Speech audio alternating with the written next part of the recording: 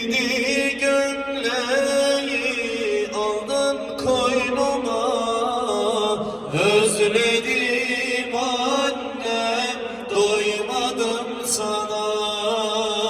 Gidi gömleği aldın koynuma, özledim annem, doymadım sana. Yavrum canım diyerek büyüttün beni, ninniler söyleyip uyuttun beni. Geceleri kalkıp doyurdun beni.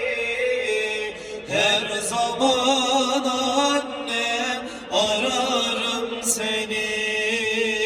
Geceleri kalkıp doyurdun beni. Her zaman annem ararım seni. Annelerin hakkı çoktur denmez. Sayfalarca yazsam yine tükenmez. Annem ölse bile ismi silinmez.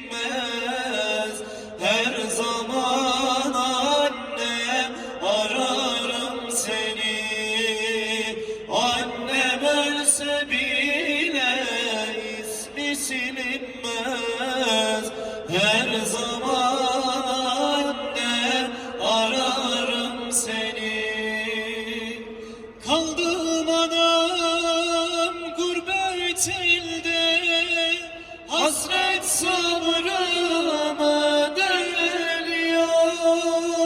Yüzünü göreyim gel de, eller beni göndermiyor. Yüzünü göreyim gel de, eller beni göndermiyor.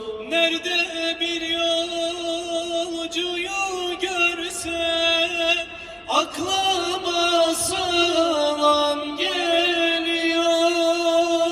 Ben ne zaman bir of çeksem hatırıma anam geliyor. Ben ne zaman bir of çeksem hatırıma anam geliyor. Kızım diyor, gözüm diyor, ağlama sus kuzum diyor.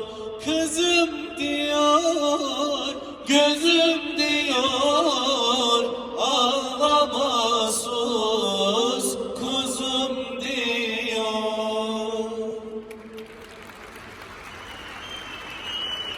Teşekkür ediyorum, teşekkür ediyorum. Efendim hem Fırat'a hem de Ahmet Muhammed'e anne dediler de bir şey söyleyeyim. Bir gün Hazreti Peygamber Hazreti Osman'a soruyor. Osman diyor,